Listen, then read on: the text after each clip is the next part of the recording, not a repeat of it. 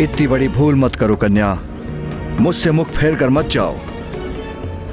तुम दोनों तो उनकी सखियां हो, तो समझाओ अपनी स्वामिनी को।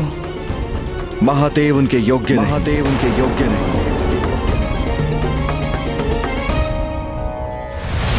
प्रतीत होता है ऐसे शांत नहीं होंगे अब आप। आपका उचित उपचार करेंगे हम। ये अचानक मेरे मन में बेचैनी कैसी?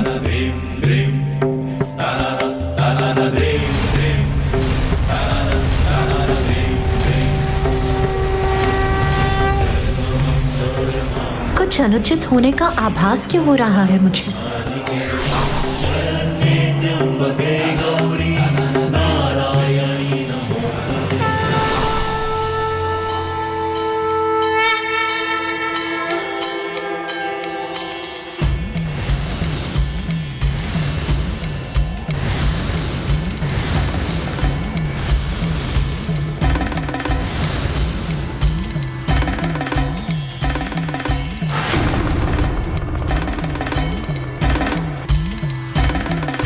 प्रभु, चंद्र भी पूर्ण हो गया उनके माथे की शोभा। त्रिलोचन त्रिकाल की जग में लागे अलौकिक ये आभा। किसी दिव्य शक्ति का आभास क्यों हो रहा है मुझे, जिसने मेरे बढ़ते हुए पग को मत कर दिया है?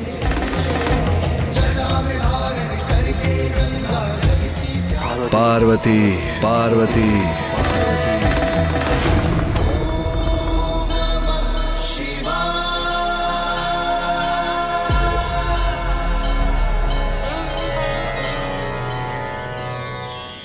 पार्वती, पुनः मुझे स्वयं से वंचित कर रही हो।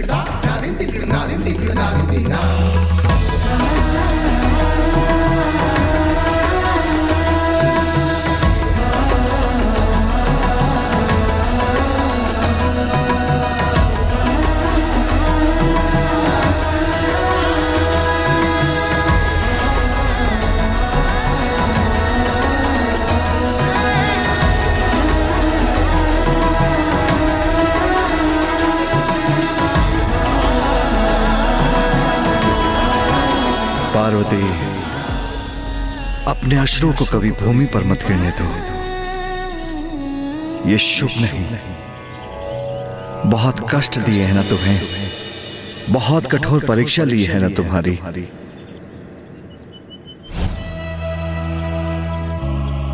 प्रिय, अपने अश्रुओं को कभी भूमि पर मत गिरने दे। ये शुभ नहीं। स्वामी, आपको पाने के लिए तो मैं अनेकों बार ऐसी परीक्षा और तपस्या का सामना करने के लिए प्रस्तुत हूँ।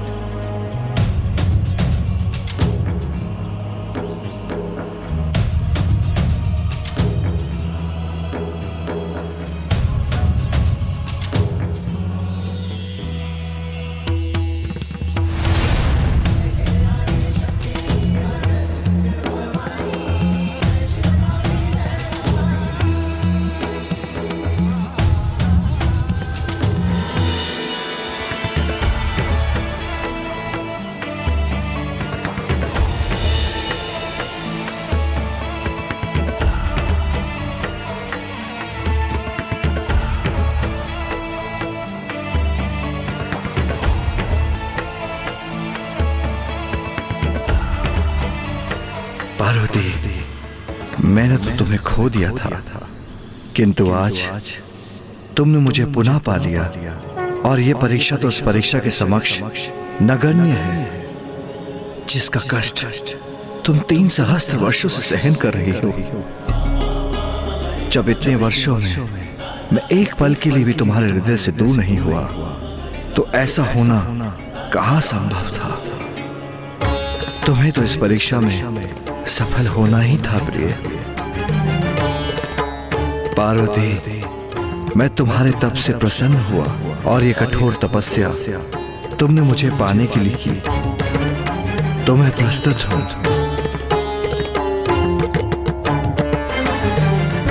तो आओ, अब हम अपना विवाह संपन्न कर लें।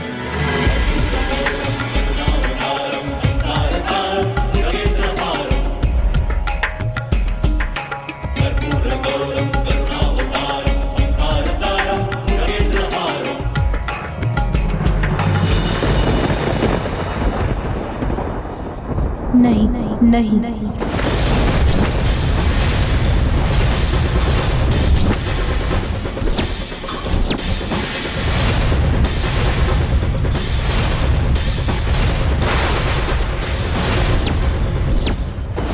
माता पार्वती ने महादेव का प्रस्ताव अस्वीकार कर दिया, किंतु क्यों?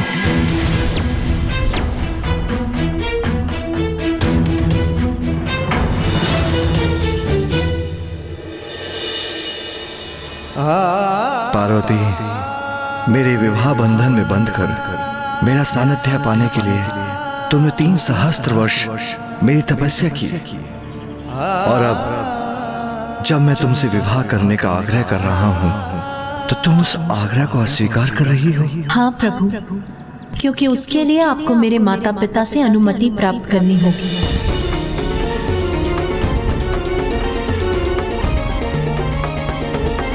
तुम आदि शक्ति हो, स्वयं प्रकृति हो। मैं निर्गुण हूं, निराकार हूं। अपने भक्तों की भलाई के लिए हम आकार धारण करते हैं, जिससे शक्ति और शिव का संयोग बना रहे। तो फिर इस दिव्य घटना हेतु मुझे किसी की अनुमति की भला क्या आवश्यकता? प्रभु, सत्य है, आप परब्रह्म परमेश्वर हैं और मैं स्वयं प्रकृति हूँ, किंतु इस जन्म में मैं शैल पुत्री हूँ, इसीलिए अभी भी अपने माता पिता के बंधन से बंधी हूँ। मैं ब्रह्मचारिणी हूँ, अर्थात विवाह के पूर्व मैं अपने पिता की पुत्री हूँ। इसीलिए अपने माता पिता के सम्मान का ध्यान रखना मेरा धर्म है। प्रभु, आपके मेरे मांग में सिंदूर भरने और मेरे कंठ में मंगलसूत्र पहनाने के उपरांत ही मैं आपकी अर्धांगिनी बनूंगी। इसलिए विवाह हेतु मेरे पिता से मेरा हाथ मांगना आपके लिए अनिवार्य है। उनकी अनुमति के बिना मैं आपसे विवाह करने में असमर्थ हूँ।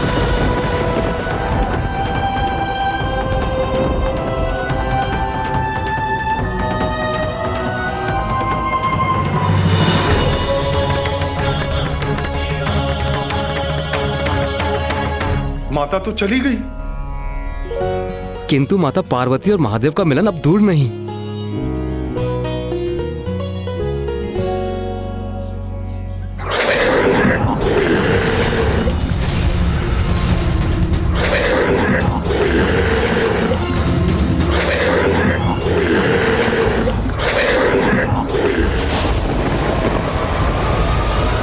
कौन हो तुम? भट्टासुर, संदेश वाहक हूं तारकासुर का,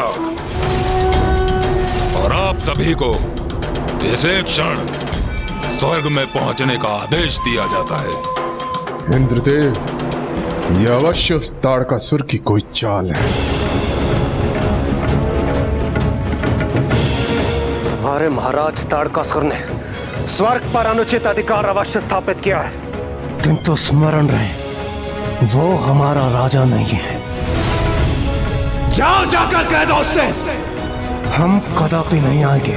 महाराज का निमंत्रण तो अस्वीकार कर सकते हैं आप, किंतु ब्रह्मदेव का आमंत्रण भी ठुकराएंगे आप देवराज? ब्रह्मदेव स्वर्ग में महाराज तारकासुर का मार्गदर्शन कर रहे हैं, और उनका आदेश है कि आप सभी देवता इसे क्षण स्वर्ग में प्रस्तुत हों। ये मेरा महाराज तारकासुर का निर्णय है कि तुम देवताओं को पुनः स्वर्ग में निवास करने की अनुमति देता हूं।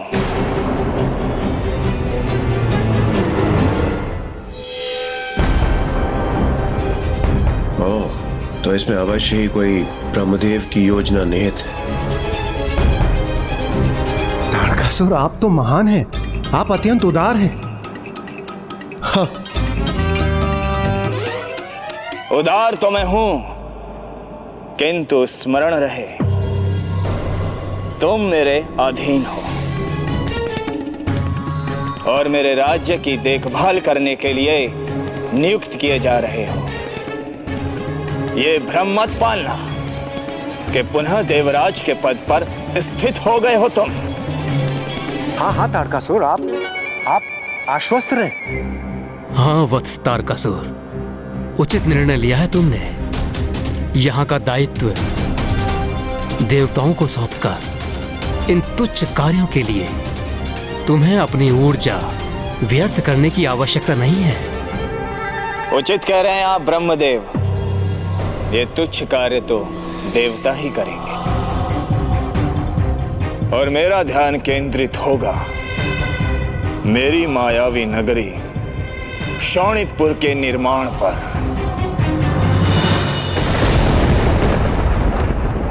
जिसका कल आज मेरी एवं मेरे असुर वीरों की प्रतीक्षा कर रहा है, जहां अब हमें जाना ही होगा।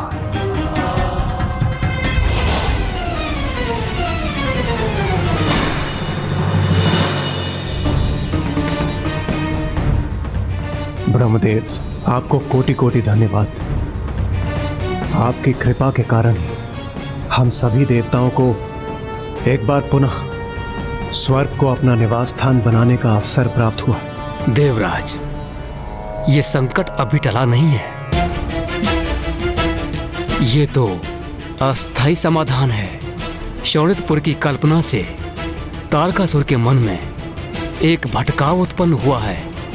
इसका स्थायी समाधान तो महादेव और देवी पार्वती के विवाह के उपरांत उनके दिव्य संयोग से होने वाले पुत्र से ही होगा। होने वाले पुत्र से ही होगा। होने वाले पुत्र से ही होगा। एक और माता अपने पिता के राजभवन लौटकर महादेव द्वारा पूर्ण विधि विधान से अपने पिता महाराज हिमावन के पास उनके विवाह प्रस्ताव की प्रतीक्षा करने लगी।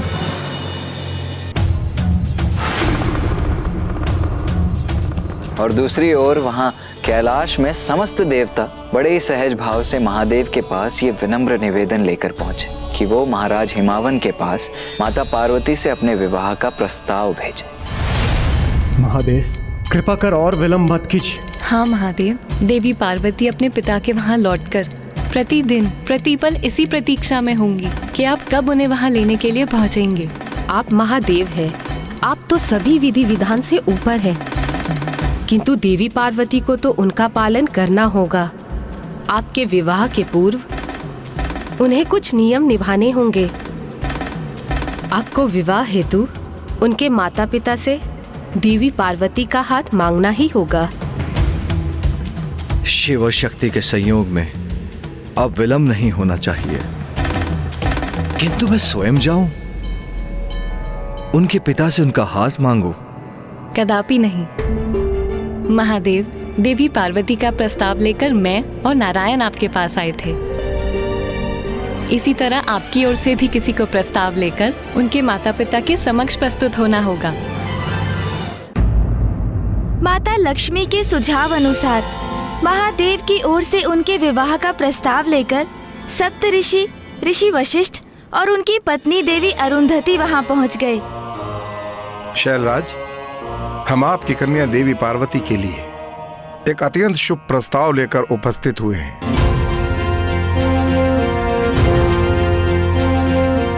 हम ब्रह्म परमेश्वर महादेव की ओर से प्रस्ताव लेकर आए हैं। आप अपनी कन्या देवी पार्वती का हाथ उनके हाथ में देकर उनके पानी ग्रहण की अनुमति दीजिए महाराज।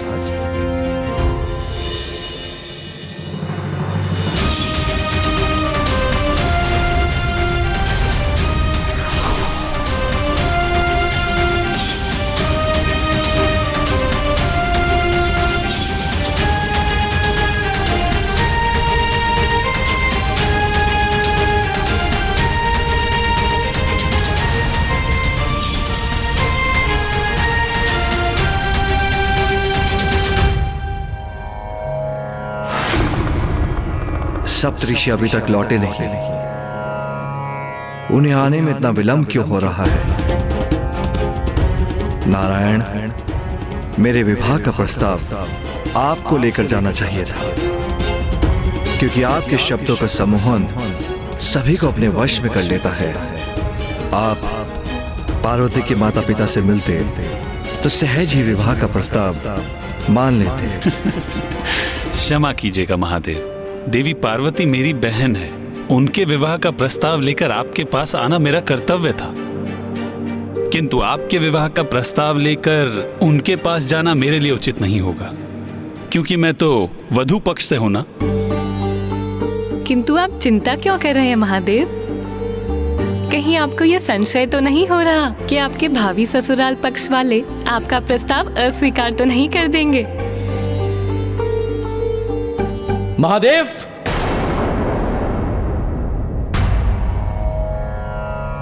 प्रभु, सप्तऋषि और माता अरुंधति लौट आए हैं।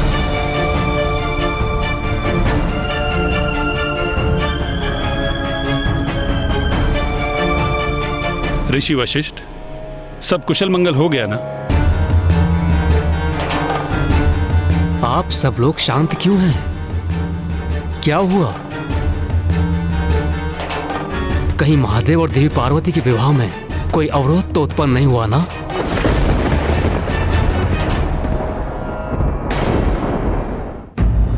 महाराज हिमावन तो ये प्रस्ताव सुनकर अत्यंत प्रसन्न थे, किंतु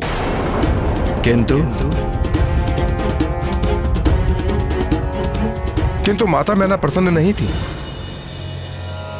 ऋषि वशिष्ठ, मैं अभी आई ऋषिवर।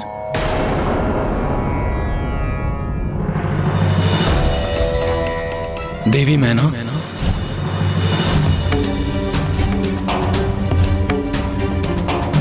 तो क्या देवी मैना ने इस विवाह प्रस्ताव को अस्वीकार कर दिया?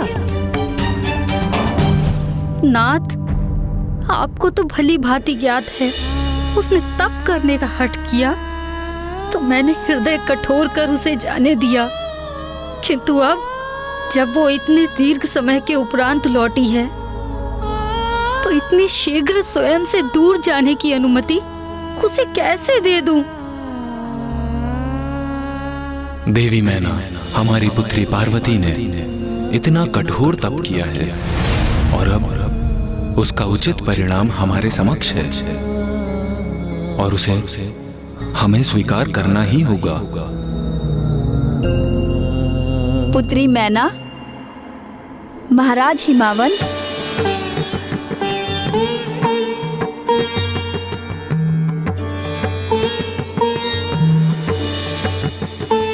माता, मैं देवी मैना को हमें ज्ञात है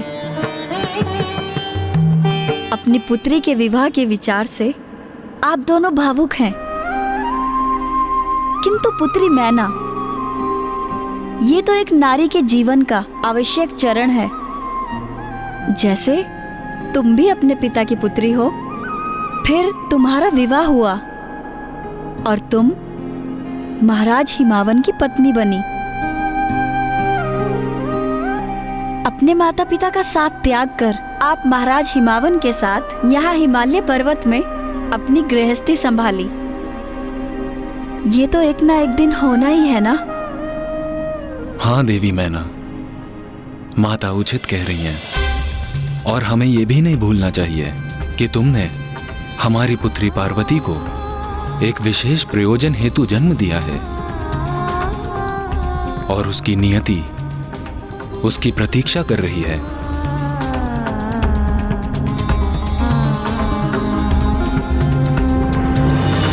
आप निश्चिंत रहे महादेव, मैंने उन्हें मना ही लिया।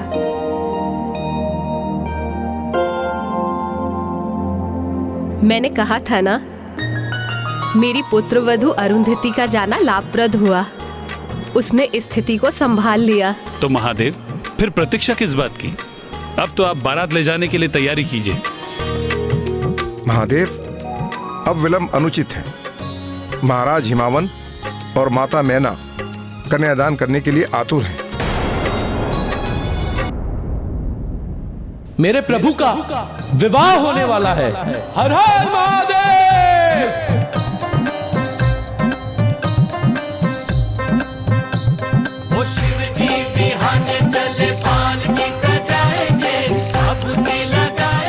महाराज हिमावन और माता मैना कन्यादान करने के लिए आतुर महाराज हिमावन और माता मैना कन्यादान करने के लिए आतुर महाराज हिमावन और माता मैना कन्यादान करने के लिए आतुर।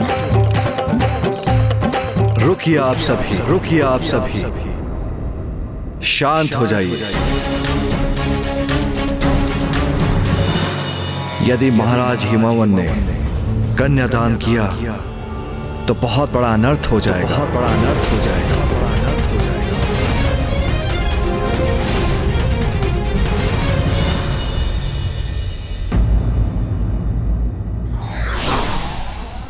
संस्कार और मर्यादा का पालन सभी के लिए अनिवार्य है। मेरे प्रभु का विवाह होने वाला है। हर हर महादेव। रुकिए आप सभी, शांत हो जाइए। क्या हुआ महादेव? ऋषि वशिष्ठ, क्या महाराज हिमावन कन्यादान करेंगे? महादेव, प्रथा तो यही है कि कन्या के विवाह में कन्या का कन्यादान उसके पिता ही करते हैं, और उनका तो सौभाग्य है कि वो स्वयं महादेव को कन्यादान करेंगे और उसके उपरांत उनको मोक्ष प्राप्त होगा।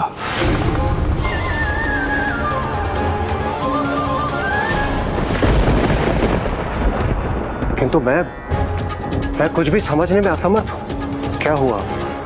आप सभी की चिंता का कारण क्या है? महाराज हिमावन और देवी मैना ने यदि महादेव को कन्यादान किया तो उसके पुण्य के प्रताप से उन्हें उसी पल मोक्ष प्राप्त हो जाएगा, और यदि ऐसा हुआ तो संसार से हिमालय अदृश्य हो जाएगा, और हिमालय तो संसार की तपोस्थली है। यदि वो अदृश्य हो गया तो सब ऋषि मुनि कहां तप करेंगे?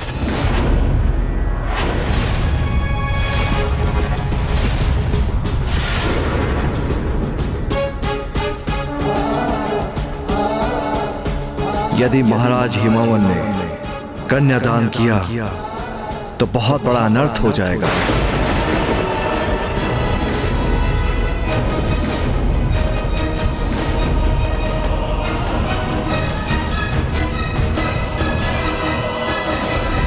ये एक अत्यंत विचित्र और विकट परिस्थिति उत्पन्न हो गई।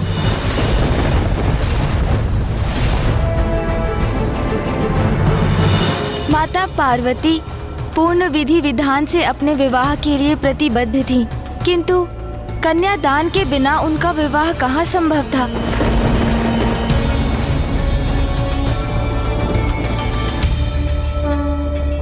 ये कैसे असमंजस की स्थिति उत्पन्न हो गई थी ब्राह्मण देवता? अब तो सब कुशल होना चाहिए था ना? इतनी कठोर तपस्या की थी माता ने। जब उसका सुफल प्राप्त करने का समय आया तो उनके मनोरथ में एक और विघ्न आ गया। तो क्या इस उलझन को सुलझाने का कोई उपाय नहीं था?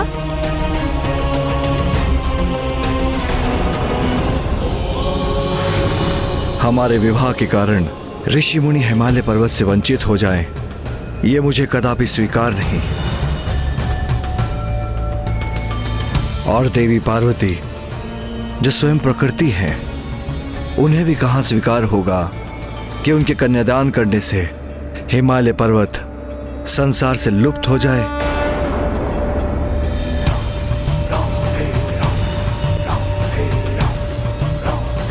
महादेव, कन्यादान विवाह के विधि का मुख्य भाग है, जो कन्या के लिए अपने पिता का आशीर्वाद तो है ही, किंतु उसके अपने जीवन में एक महत्वपूर्ण परिवर्तन का सूचक भी, क्योंकि कन्यादान से कन्या पुत्री की भूमिका के साथ अर्धांगिनी की भूमिका को भी अपनाती है।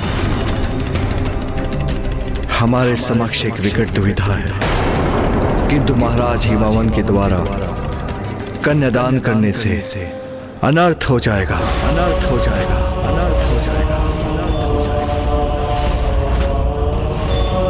जिसकी अनुमति मैं कदापि नहीं दूंगा।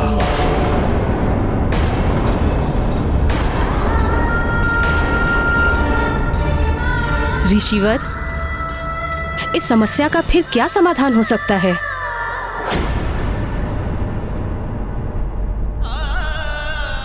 दृढ़ निश्चय हो तो सभी बाधाएं स्वतः मिट जाती हैं। दुविधाओं का अंत होता है और उद्देश्य प्राप्ति का मार्ग प्रशस्त हो जाता है।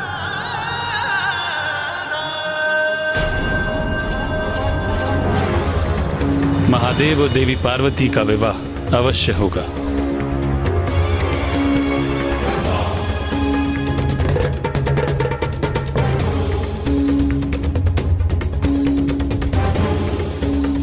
नारायण, किंतु कन्यादान?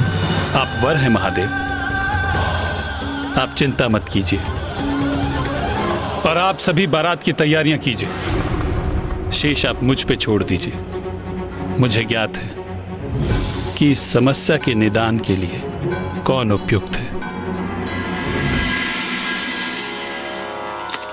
नारायण नारायण।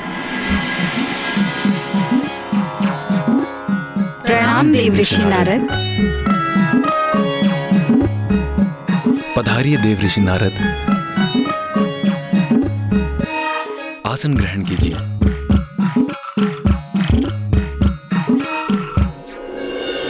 ग्रहण करने आसन नहीं हुआ है मेरा आगमन। सब कुशल मंगल तो है ना? नारायण नारायण। महारानी मैना, आपकी चिंता का नहीं कोई विशेष कारण।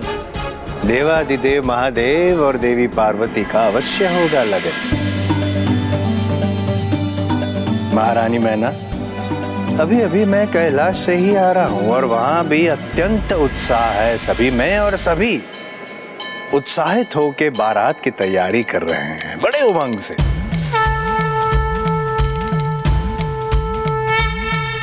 तो सप्त ऋषि और समस्त देवगण हैं वहां महादेव के साथ। तो मैंने भी निर्णय लिया कि मैं यहाँ कन्या पक्ष की ओर से बारात का स्वागत करूंगा और आप दोनों की सहायता करूंगा।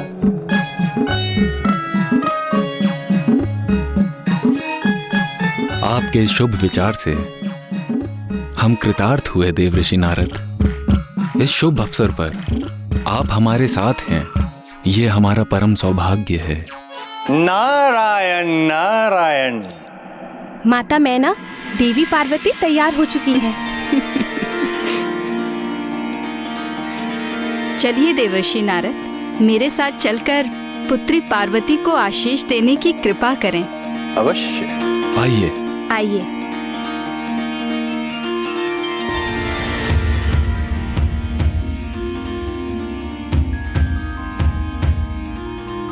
पुत्री पार्वती,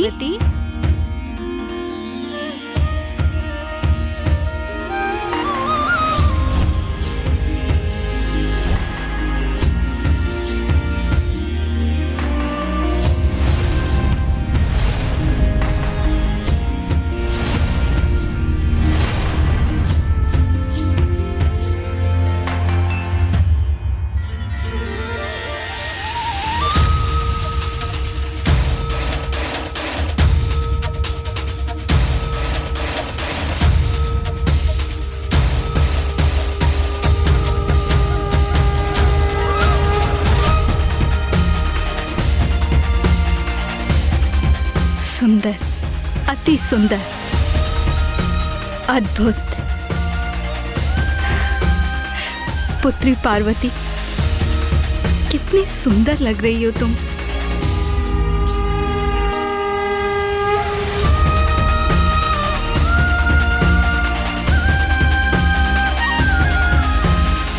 पुत्री पार्वती, देवर्षि नारद कैलाश से यहाँ तुम्हें आशीष देने आए हैं। कैलाश से?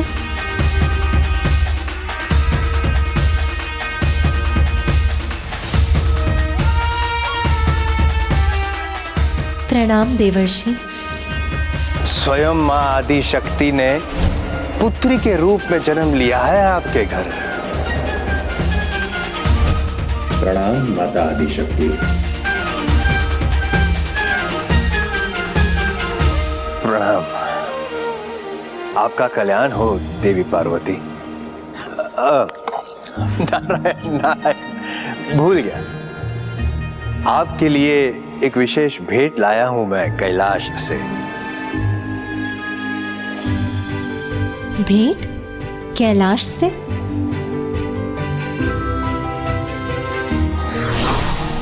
विशेष रूप से मात्र आपके लिए, स्वीकार कीजिए।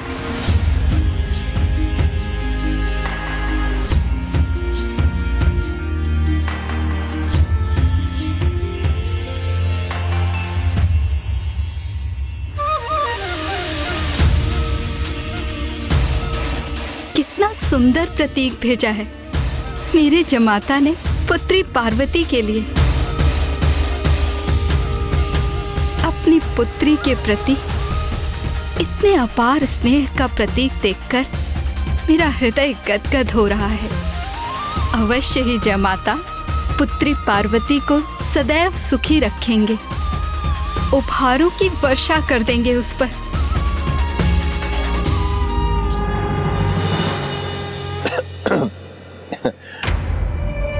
महारानी मैना, ये विशेष उपहार आपके होने वाले जामाता महादेव ने नहीं, माँ लक्ष्मी और नारायण ने भेजा है। मेरी पुत्री ने इतने कष्ट सहे हैं उन्हें पाने के लिए, तो क्या ये उचित नहीं होता कि महादेव उसके लिए ये उपहार भेजते? किसी भी माँ के लिए अपने संतान के सुख की कामना स्वाभाविक है, किंतु मांगलिक कार्यों में धैर्य आवश्यक है।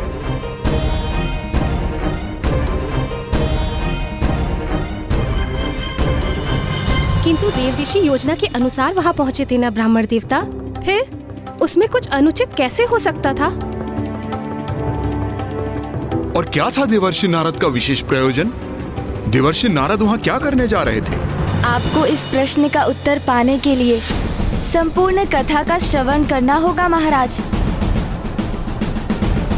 नारायण नारायण, एक नववधू के रूप में माता पार्वती की आभा अनुपम, अति सुंदर। महारानी मैना, मैं सोच रहा हूं जब महादेव और माता पार्वती दोनों एक साथ मंडप में होंगे तो आहा, नारायण नारायण, कितना दिव्य मनोहरी दृश्य होगा वो। देव ऋषि नारद, आपका क्या अनुमान है? क्या महादेव और पुत्री पार्वती की जोड़ी सुंदर होगी? अवश्य, निसंदेह। किंतु महारानी मैना, आप क्यों कर रही है मुझसे ये प्रश्न? क्या महादेव के आपको नहीं हुए हैं दर्शन? नहीं देव ऋषि, किंतु आपको तो उनके शुभ दर्शन प्राप्त करने का असीम सुख प्राप्त है। कैसा रूप है उनका, कैसा व्यक्तित्व है, कैसे दिखाई देते हैं वो? कैसे दिखाई देते हैं वो?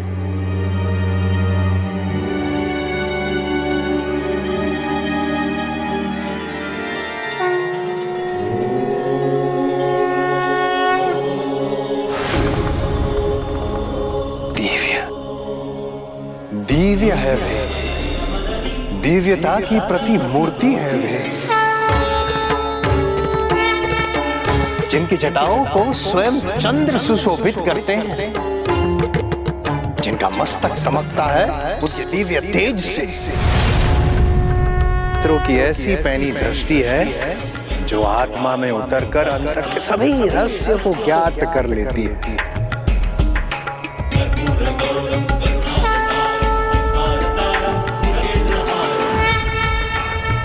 शब्दों से परे है, शब्दों से परे हैं जिनके रूप का वर्णन ऐसे दिव्य सुंदरता के स्वामी हैं महादेव। महादेव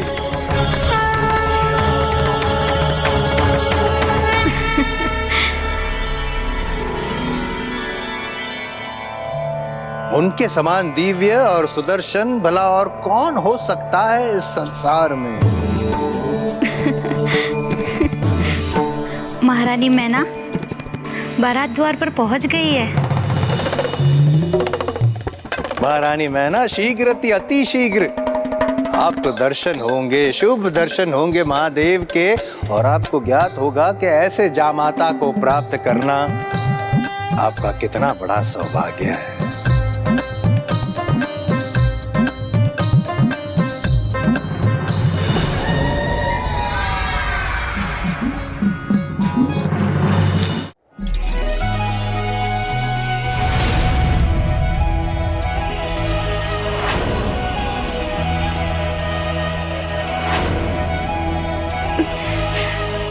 सखी पार्वती, बारात आ गई है। पल पल बढ़ता पगी उमा का, शिव से करने चली मिलाप। अनुपम ये संयोग अनोखा, होगा अब ये पुनर्मिलाप। व्याकुल ये हृदय और नैना, पार्वती शिव मिलेंगे आज। कितनी सुंदर और भव्य बारात है। इस बारात के दर्शन यहीं से कर लेते हैं। पार्वती शिव मिलेंगे आज, पार्वती शिव मिलेंगे आज।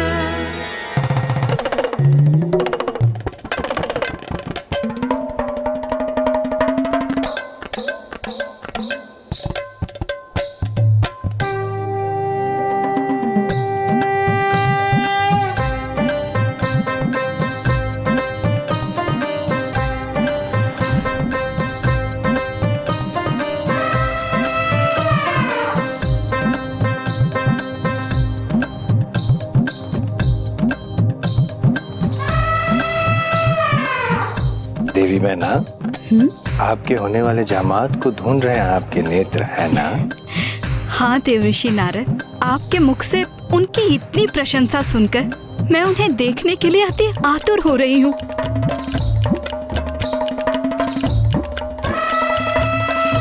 बताइए ना देवऋषि, इस समूह में कहाँ हैं वे? बताइए ना देवऋषि। मेरे मुख से इतनी प्रशंसा सुनी है आपने आपके होने वाले जामाता की, तत्पश्चात भी आप मुझे पूछ रही हैं? जरा उधर देखिए, खुद ढूंढिए, पहचानिए। अवश्य देवऋषि।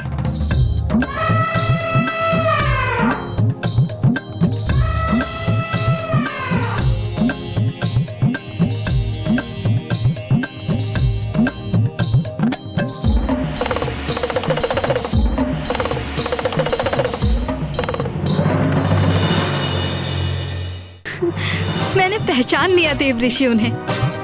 कौन?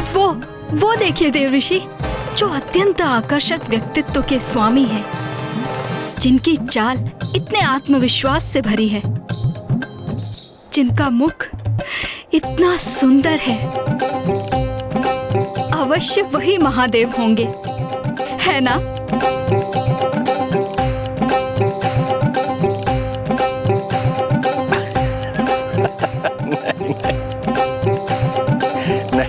नहीं महारानी मैना, उनका सौंदर्य तो महादेव के निकट भी नहीं। वे हंसराज हैं, गंधर्व के राजकुमार और महादेव के प्रिय भक्त। ओह,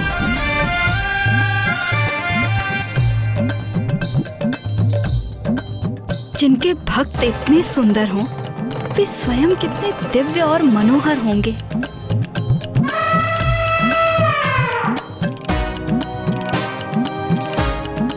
जिनकी जटाओं को स्वयं चंद्र सुशोभित करते हैं।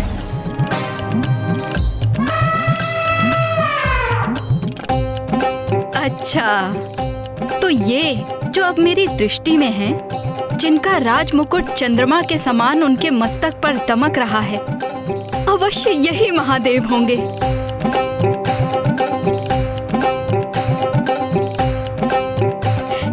है ना? नहीं, जिनका मुखमंडल उनके शीतल प्रकाश से दमक रहा है, वो महादेव नहीं है, स्वयं चंद्रदेव है।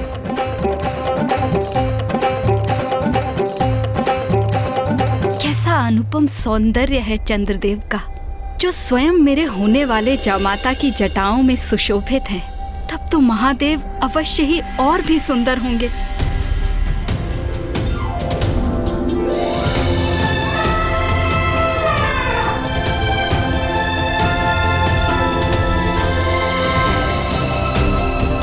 जिनका मस्तक दमकता है उस दिव्य तेज से।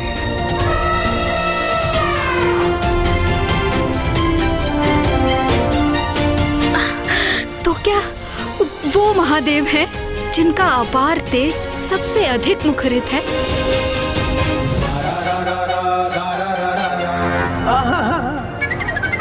जिनके तेज से समस्त संसार को ऊर्जा प्राप्त होती है, वो महादेव नहीं है, सूर्यदेव है।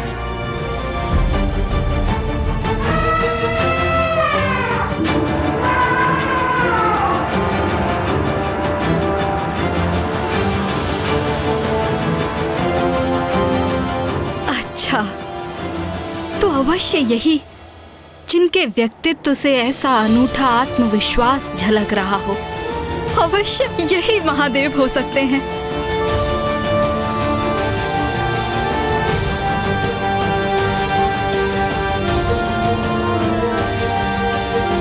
महारानी, जिन्होंने अपने तप से इतना अनुपम आत्मविश्वास प्राप्त किया है, वो इंद्रदेव है।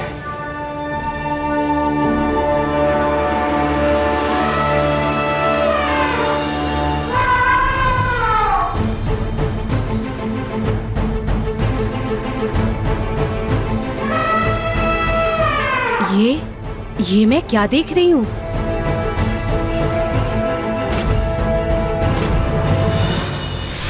क्या हुआ? माता अकस्मात चिंतित क्यों हो गई? क्या अब भी विवाह में कोई विघ्न था?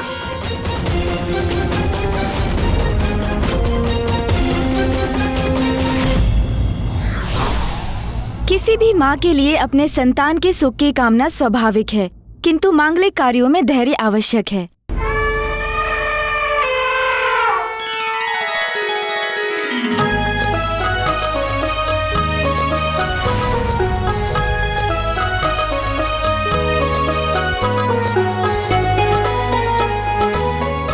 दिग्गज देवताओं, तेजस्वी गंधर्वों के दर्शन करने का सौभाग्य प्राप्त हो रहा है मुझे, और इन सभी से भी उच्च स्थान पर स्थित देवों के देव हैं मेरी प्रिय पुत्री के भावी स्वामी महादेव। धन्य है मेरी पुत्री।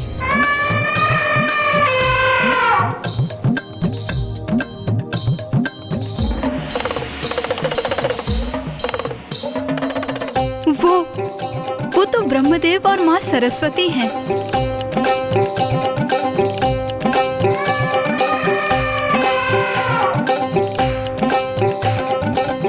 महाराज, महारानी, वो देखिए।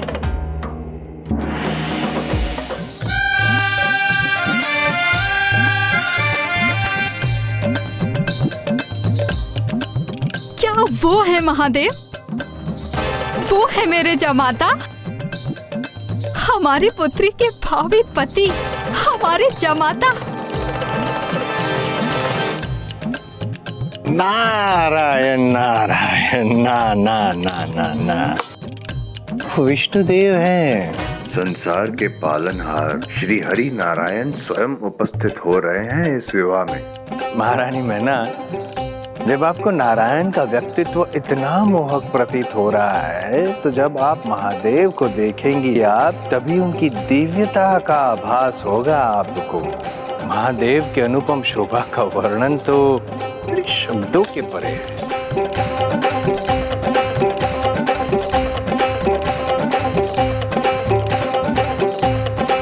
नारायण, कदाचित आपकी योजना पूर्ण करने के अत्यंत निकट हूं मैं।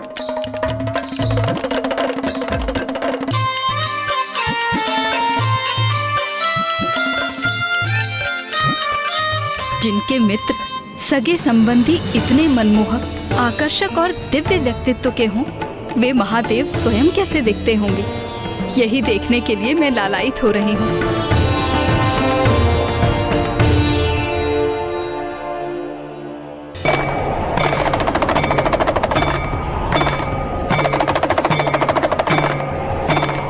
अकस्मात क्या हो रहा है?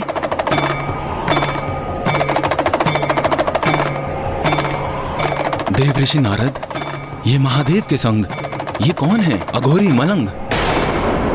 गण भूत प्रेत आदि महादेव के प्रिय है।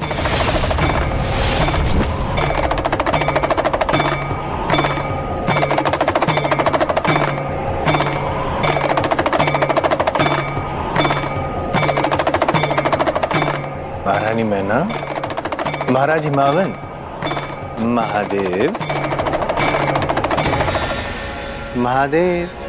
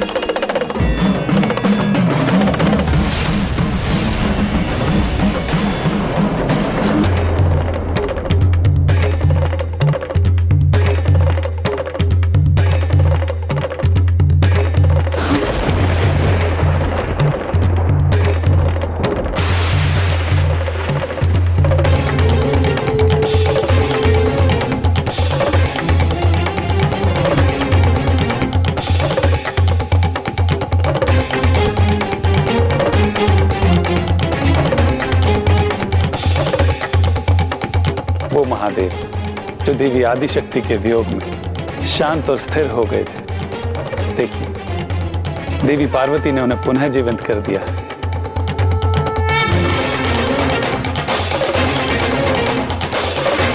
ये क्या, इस अघोरी से मेरी पुत्री का विवाह होगा?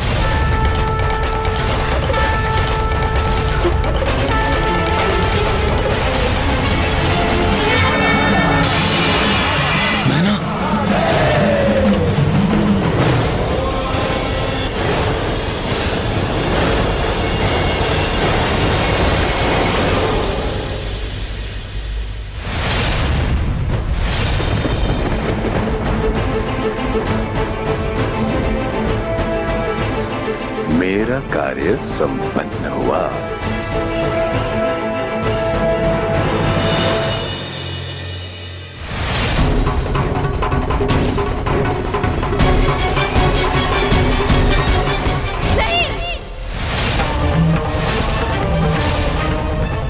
माँ, माँ,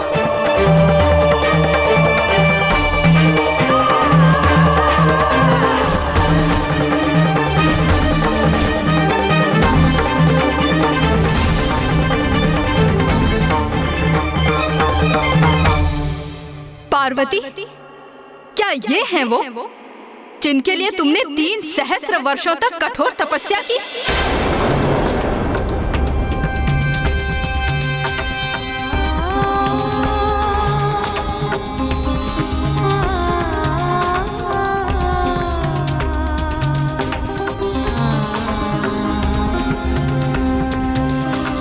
क्या त्रुटि रह गई थी हमारे लालन पालन में पार्वती, जो तुमने अपने लिए ऐसे वर का चयन किया? बताओ पार्वती, उत्तर दो, क्या दोष था हमारा? माँ, अब मैं तुम्हारे मुख से एक शब्द और नहीं सुनना चाहती। अपने इस निर्णय से तुमने मेरा और अपने पिता का अपमान किया है। इतने सर्वश्रेष्ठ गंधर्वों एवं देवताओं के होते हुए तुमने उनकी अर्धांगिनी बनने का विचार क्यों किया? माँ, और तुम दोनों कैसी सखियां हो तुम दोनों? तुमने तो उनके दर्शन किए थे ना, तो क्या ऐसे पति की कामना करती हो तुम अपनी सखी के लिए? क्या तुम सबकी मति मारी गई है? नहीं माता, जब हमने उन्हें देखा था तब। बस बस बस।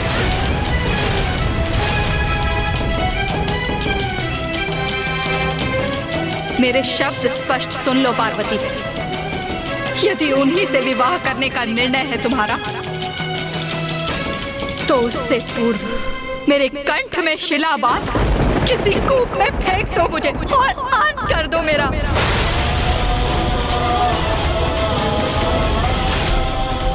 यदि विवाह मंडप में अब भी उन अघोरी के साथ बैठने की इच्छुक हो तुम, तो तुम्हें मेरी अर्थी पार करके जाना होगा पार्वती।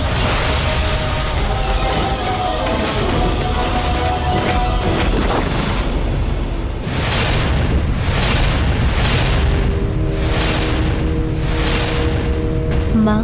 नहीं पार्वती, अब एक शब्द और नहीं कहोगी तुम, क्योंकि तुम्हारा कोई भी शब्द मेरे द्रवित हृदय को सांत्वना नहीं दे सकता। पिताश्री, माँ को इतनी व्याकुल अवस्था में देख असहनीय है मेरे लिए। अब आप ही उन्हें शांत कर सकते। व्याकुल तो मैं भी हूं पुत्री, इसीलिए निशब्द खड़ा हमारी प्यारी पुत्री पार्वती का विवाह एक अघोरी के साथ, इसकी हमने कदापि कल्पना नहीं की थी।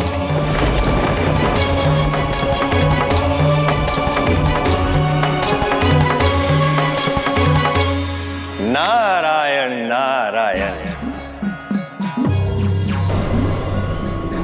प्रणाम। प्रणाम देवेश्वरी। महाराज हिमावन, महारानी मैना, बारात आ चुकी है द्वार पर। आपको करना है इनका स्वागत, किंतु आप दोनों तो स्थित है किसी विचलित अवस्था में, जैसे कोई अघटित घटना की आपको हुई हो आहट।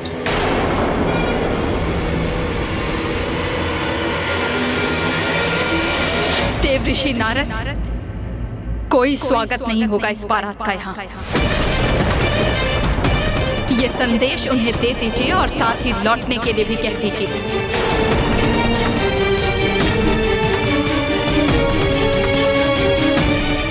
आज कोई विवाह नहीं होगा यहाँ। विवाह नहीं होगा? महारानी, आपके ये शब्द है अनुचित, कर रहे हैं मुझे विचलित। बारात का हो चुका है आगमन और यही नियति है।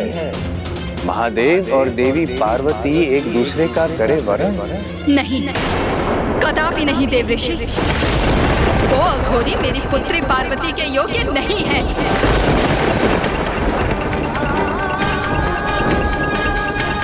देव ऋषि आपने और सप्त ऋषियों ने सबने छल किया है हमारे साथ।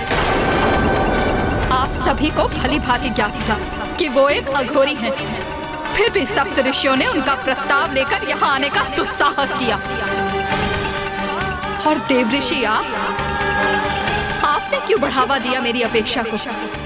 क्यों भ्रमित किया मुझे, जबकि सत्य से तो आप भली भांति परिचित थे ना? आप मेरी बात तो सुनिए महाराज। नहीं देव ऋषि, अब मैं किसी के मुंह से कोई बात नहीं सुनूंगी। मुझे अपने हृदय और अपने नेत्रों के सिवाय किसी पर कोई विश्वास नहीं है, और मेरा निर्णय स्थिर है। इस बारात को यहाँ से लौटना ही होगा।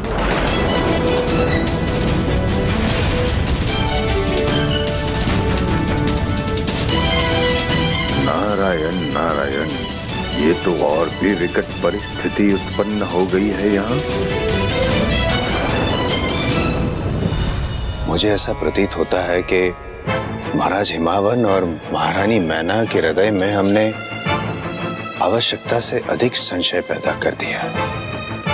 हिमालय पर्वत अपने स्थान पर स्थिर रहे इसलिए ये संशय उत्पन्न किया था हमने। महादेव को अघोरी रूप में देख हिमावन के मन में संशय उत्पन्न हो और कन्यादान के पश्चात उन्हें इनका समुचित फल प्राप्त न हो, जिस कारण बिना मोक्ष के उनका अस्तित्व सदा बना रहे। किंतु उसका ऐसा परिणाम होगा ये हमें ज्ञात नहीं था। किंतु सत्य तो ये भी है कि शिव और पार्वती अभिन्न हैं। उनकी इच्छा के विपरीत उन्हें एक दूसरे से अलग नहीं किया जा सकता। सत्य है, शिव और शक्ति को कौन विलग रख सका है? ये तो असंभव है। किंतु नारायण, माता पार्वती अपने माता की आज्ञा का उल्लंघन कर मर्यादा कभी भी भंग नहीं करेंगी। और यदि माता मैना ने महादेव को अपने जमाता के रूप में स्वीकार नहीं किया तो फिर इस समस्या का समाधान कैसे होगा?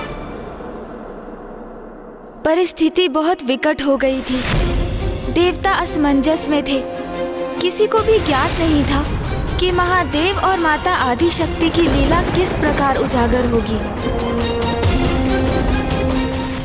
माता मैना इस विवाह को रोकने के अपने इस निर्णय पर दृढ़ता से स्थिर हो गई थी। और अब समस्त देवता इस विचार में थे कि वो किस प्रकार माता मैना की स्वीकृति प्राप्त करें।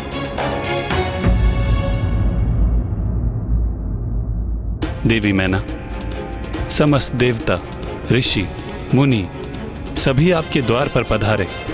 यहाँ तक कि स्वयं महादेव आपके द्वार पर पधारे और आपने उन सभी का अपमान कर दिया। सर्वथा अनुचित किया आपने। महाराज हिमावन की अर्धांगिनी होते हुए यह आपको शोभा नहीं देता। क्षमा करें नारायण, किंतु शोभा तो ये आपको भी नहीं देता कि आप यहाँ आकर एक माँ को विवश करें ताकि वो अपनी पुत्री का हाथ एक अघोरी के हाथ में दे दे। देवी मैना, मैं आपसे धृष्टता नहीं करना चाहती ब्रह्मदेव, इसलिए आप मुझसे कुछ भी कहने की चेष्टा ना करें। देवी मैना सुनो तो। विवश तो मैं हूँ ये समझने में नाथ कि ये कैसा षड्यंत्र है मेरी पुत्री के विरुद्ध। आप सभी को यहाँ देखकर ऐसा प्रतीत होता है जैसे आप मेरी पुत्री पार्वती की आहुति देना चाहते हैं।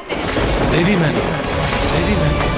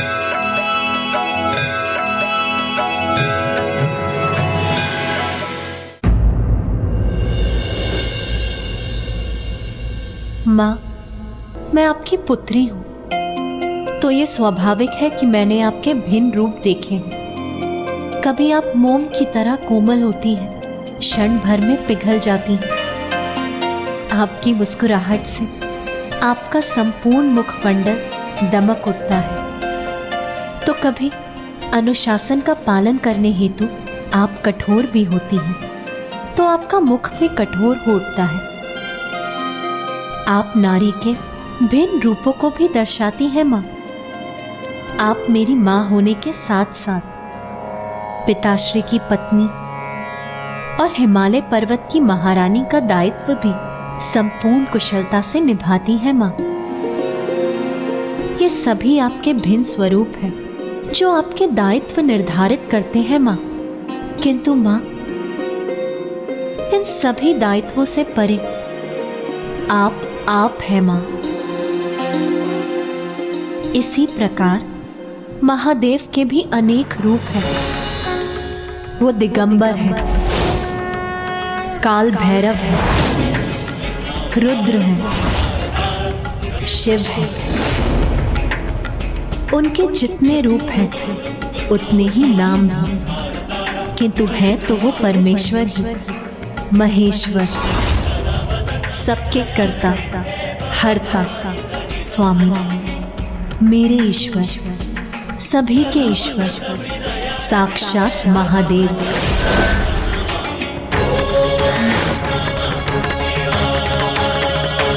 वो महादेव आपकी पुत्री के तप से प्रसन्न होकर हमारे द्वार पर उपस्थित है और समस्त देवी देवता मेरे और महादेव के विवाह के आनंद में आपके द्वार पर उत्सव मना रहे हैं। इससे बड़े सुख की बात भला और क्या हो सकती है माँ? मेरी नियति महादेव ही है। इसीलिए आप भी अपने मन से सभी शंकाओं को त्याग दीजिए माँ, और इस विवाह को होने की अनुमति दीजिए। ये आपकी पुत्री का अपनी माँ से निवेदन है माँ।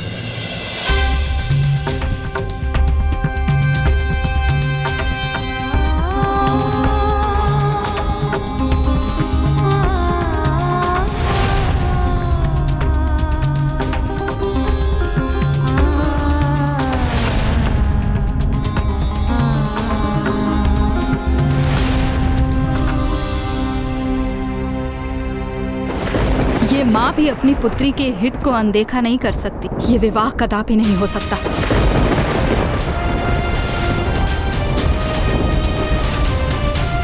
उस अघोरी को यहाँ से बारात लेकर वापस जाना होगा।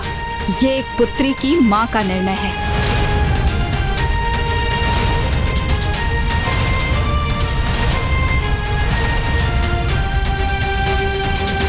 किंतु ब्राह्मण देवता, सब कुछ तो श्री हरि नारायण और नारद जी की योजना अनुसार ही हो रहा था। फिर भ्रांति कहाँ उत्पन्न हो गई? और महादेव को भी स्वयं के विवाह में अघोरी बनकर जाने की आवश्यकता ही क्या थी? योजना तो बस यही थी कि महादेव को अघोरी रूप में देख हिमावन जी शंका युक्त होकर माता का कन्यादान करें और उन्हें मोक्ष की प्राप्ति ना हो, जिससे कि वो सदा स्थित रहे। किंतु इन सब का परिणाम ये हुआ कि अब माता मैना ही पूर्ण रूप से इस विवाह के विरुद्ध हो गयी। तो फिर अब इस स्थिति में महादेव और माता पार्वती का विवाह किस प्रकार से संपन्न होने वाला था गणेश जी?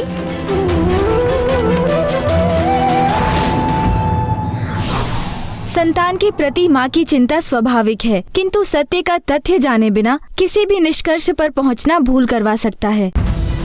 श्री हरि नारायण एवं देवर्षि नारद की योजना के अनुसार महादेव भस्म विभूत होकर एक अघोरी के रूप में बारात लेकर पहुँचे, जिन्हें देख माता मैना और शैलराज हिमावन चकित एवं दंग रह गए। किंतु इन सब के पीछे यदि एकमात्र आशय था तो वो बस इतना कि महादेव को अघोरी रूप में देख माता मैना और हिमावन शंका से भर जाएं, और यही शंका उनकी मोक्ष प्राप्ति का बाधा बने, जिससे कि संसार के समस्त ऋषि मुनियों को उनकी तप स्थली हिमालय से वंचित न होना पड़े। आज यहाँ कोई विवाह संपन्न नहीं होगा। तुम्हें उस अघोरी को त्यागना ही होगा पुत्री। माँ, महादेव निर्गुण है तो सगुण है, महादेव कुरूप है तो स्वरूप भी, किंतु महादेव के समस्त रूपों का वर्णन तो कोई भी नहीं कर सकता, क्योंकि उनके स्वरूपों का पूर्ण ज्ञान किसी को भी नहीं। जब श्री हरि नारायण, ब्रह्मदेव और स्वयं मैं उनके अनंत रूपों की था नहीं ज्ञात कर सकते, तो और कोई अन्य कैसे उनका रूप ज्ञात कर सकता है? सत्य है, शिव तो अपने अनंत रूपों में सर्वत्र व्याप्त हैं और शक्ति उनकी पूरक है। यही सत्य है। समस्त संसार में जो कुछ भी घटित हो रहा है वो महादेव की ही लीला है। वो महादेव आपकी पुत्री के तप से प्रसन्न होकर हमारे द्वार पर उपस्थित है। इससे बड़े सुख की बात भला और क्या हो सकती है माँ? मेरी नियति महादेव ही है, इसीलिए उन्हें मेरा पानी ग्रहण करने दीजिए माँ।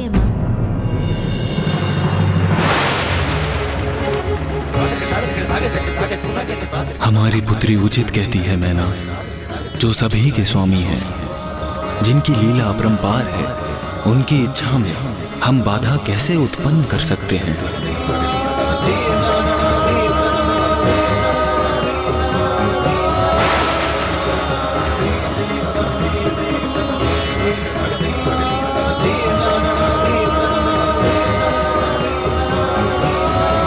नाथ, आपके दिगंबर रूप के दर्शन करके माँ अत्यंत सशंकित है। कृपा कर अपने मनोहर रूप के दर्शन देकर उनकी ये चिंता दूर कीजिए। ये अत्यंत तनाव का क्षण था, क्योंकि महादेव तो सभी सतही आडंबर से परे हैं और वास्तव में जिनका अन्य सभी परित्याग करते हैं, महादेव तो उन्हें भी अपनाते हैं। भांग, धतूरा, भस्म उन्हें प्रिय है, इसलिए उनका इस प्रकार अपने दिव्य रूप के दर्शन देना तो उनके सरल अस्तित्व के विरुद्ध है। किंतु अब माता ने महादेव को गुहार तो लगा दी, किंतु क्या वो ये गुहार सुनेंगे?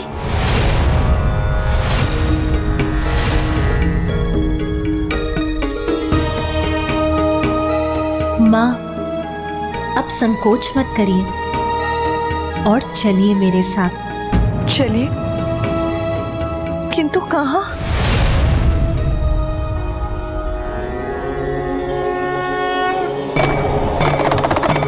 अब देखिए माँ,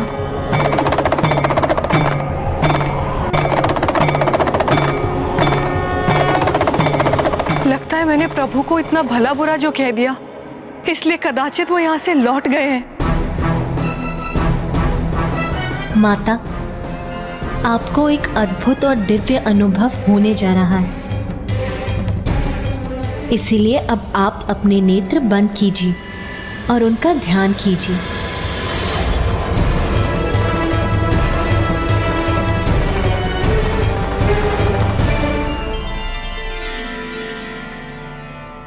हे महादेव प्रभु, मुझे अपने दर्शन देने की कृपा करें।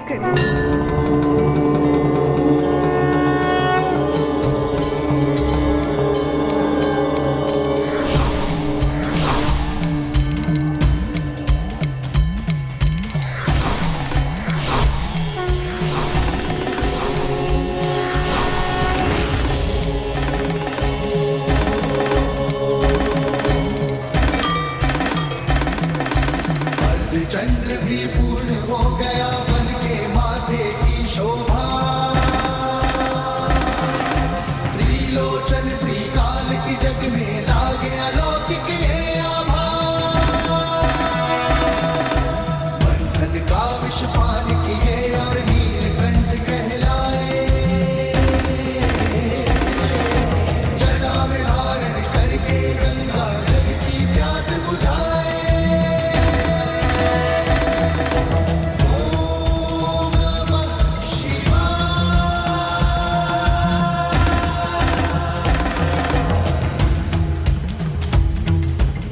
कितना दिव्य और अलौकिक है महादेव का ये मनोरम स्वरूप।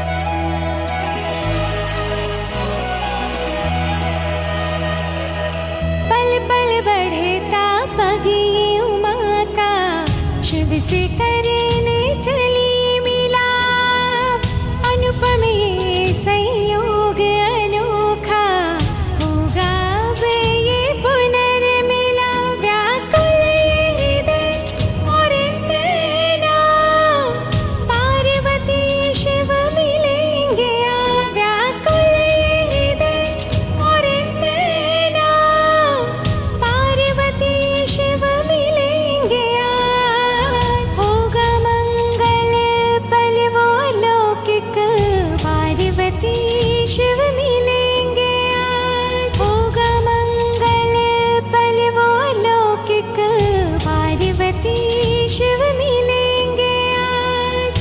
पार्वती शिव मिलेंगे आज।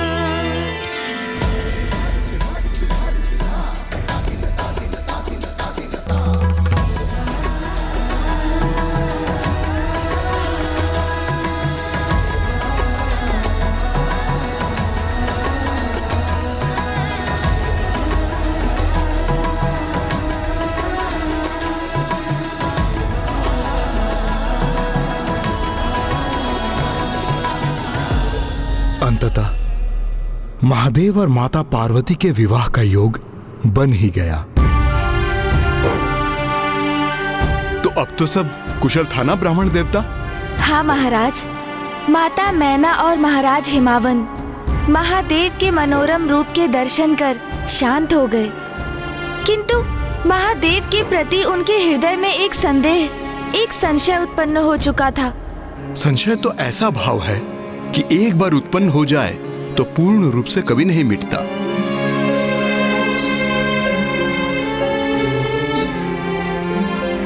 कन्यादान के लिए हाथ आगे बढ़ाइए।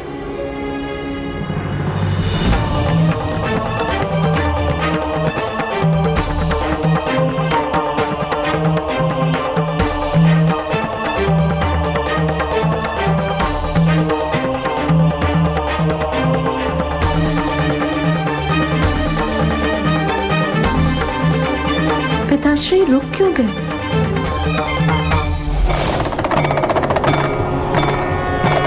मुझे ज्ञात है महादेव ही पुत्री पार्वती की नियति है, किंतु मेरी पुत्री को उनके कौन से रूप के सानिध्य में रहना होगा? उस रूप में जिसमें उनका आगमन हुआ था, अन्यथा उस रूप में जो उन्होंने अभी धारण किया है।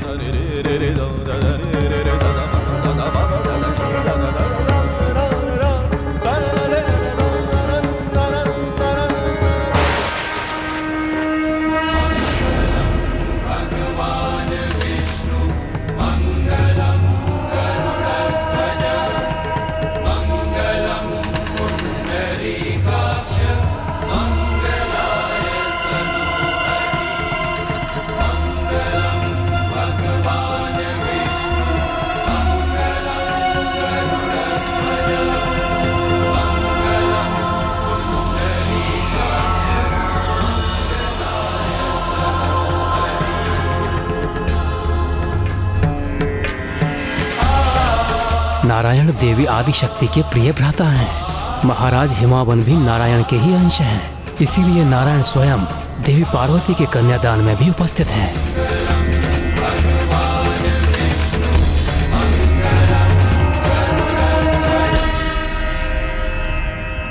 सुख दुःखानि सर्वाणि त्वया सह विभज्यते, यत्र त्वं वहं तत्र प्रथमता ब्रवीदम्। कुटुम्ब रक्षकार्यास्तामि अबालपुत्रहदिदम्। अस्मि नास्ति च सन्तुष्टा द्वितीयसा द्विहिदम्।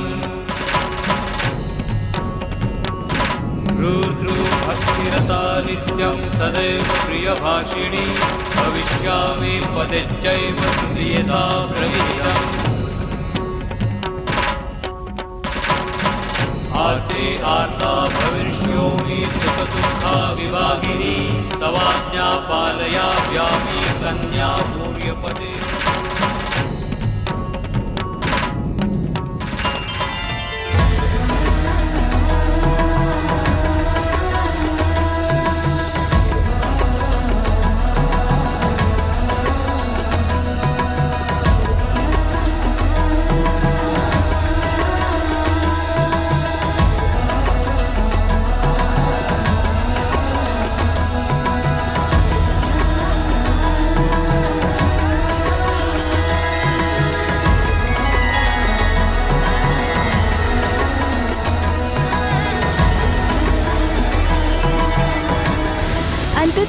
शुभ घड़ी आ ही गई, जिसकी प्रतीक्षा सभी को थी, और वो शुभ मंगल बेला साक्षी बना महादेव एवं माता पार्वती के उस अखंड विवाह का। किंतु सत्य तो ये भी था कि महाराज हिमावन ने शंका युक्त होकर पुत्री पार्वती का कन्यादान किया था, जिसके फल स्वरूप उन्हें मोक्ष की प्राप्ति नहीं हुई और वे सदा के लिए धरा पर ही रह गए।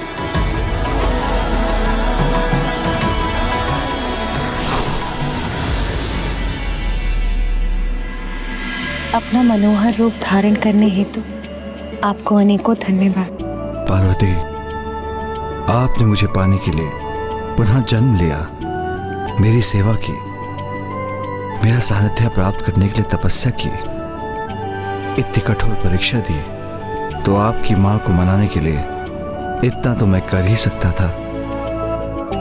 शिव की शक्ति है आप, आपके बिना मैं कुछ भी नहीं।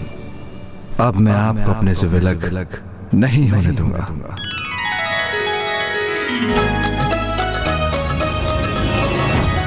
ब्राह्मण देवता, आपके माध्यम से माता पार्वती और महादेव की शुभ विवाह की कथा सुन हम कृतार्थ हुए। माता ब्रह्मचारिणी के जीवन का सार इस सीख में निहित है कि जिनका मन जीवन के कठिनतम संघर्ष में भी अपने लक्ष्य से नहीं भटकता, उन्हें सफलता अवश्य प्राप्त होती है। और माता ब्रह्मचारिणी की पूजा करने वाले भक्त जीवन के सभी सुख भोगते हुए मोक्ष प्राप्त करते हैं।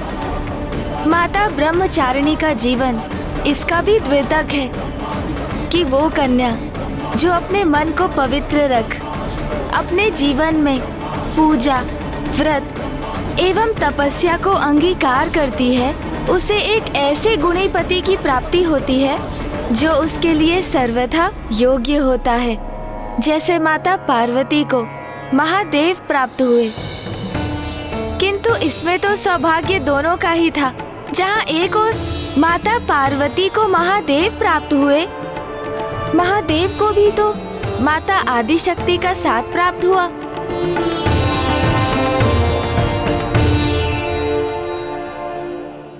महाराज, माता, अब आप भी अपने नेत्रों को बंद कीजिए और अपने द्वितीय चक्र स्वाधिष्ठान चक्र पर अपना ध्यान केंद्रित रख माता ब्रह्मचारिणी की प्रार्थना कीजिए।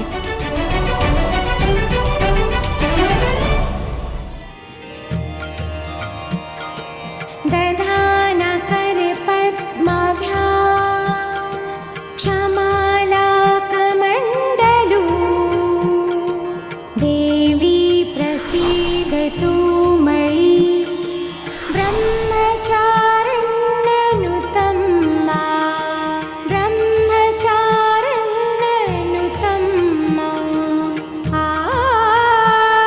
स्वाधिष्ठान चक्र पर ध्यान केंद्रित कर माता की पूजा कर मुझे अपने भीतर एक अद्भुत ऊर्जा के संचार का अनुभव हो रहा है।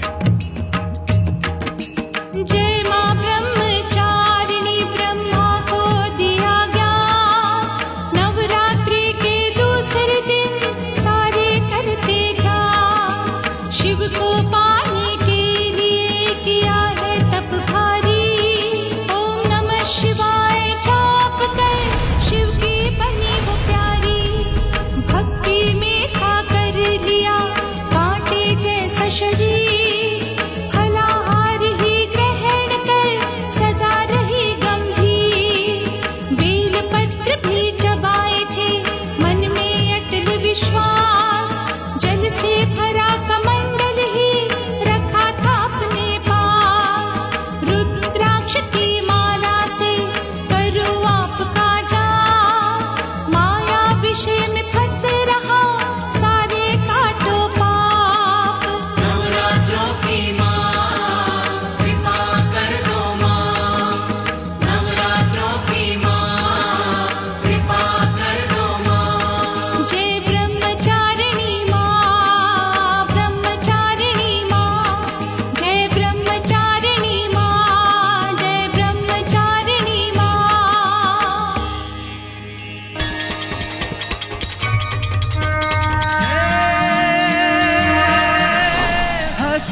कमल और कर में कमंडल माता ब्रह्मचारिणी।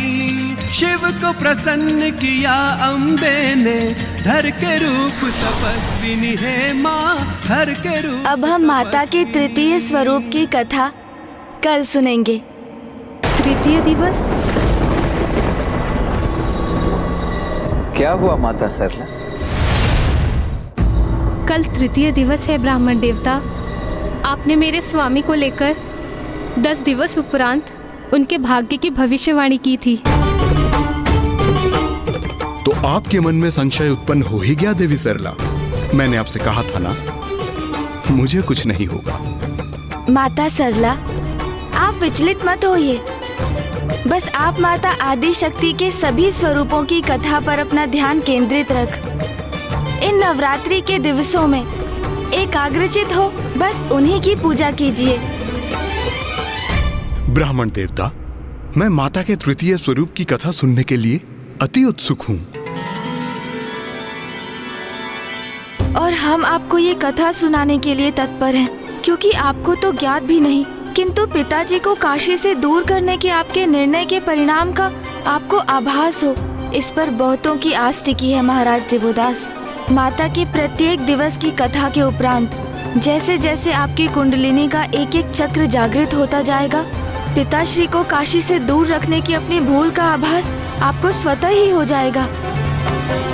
और साथ ही आपको ये भी समझ आएगा कि क्यों आपके जीवन में अब मात्र 9 दिवस ही शेष रह गए हैं।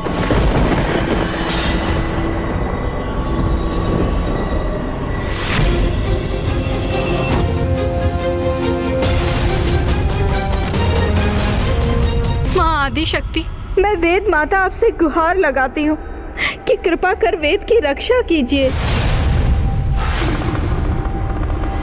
नारायण, ब्रह्मदेव, अब ऋषि जिज्ञासा के पास कुछ ही समय बाकी। यदि उनका देहांत हो गया तो हम सब पर ब्रह्म हत्या का पाप लग जाएगा।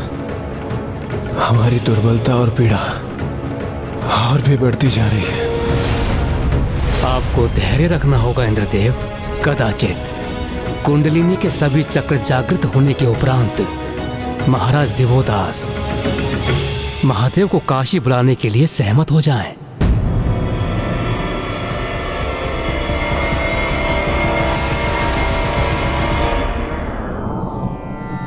ब्राह्मण देवता, हम माता आदि शक्ति के तृतीय स्वरूप की कथा सुनने के लिए अति आतुर हैं। माता आदि शक्ति की तृतीय स्वरूप है माता चंद्रघंटा। माता चंद्रघंटा।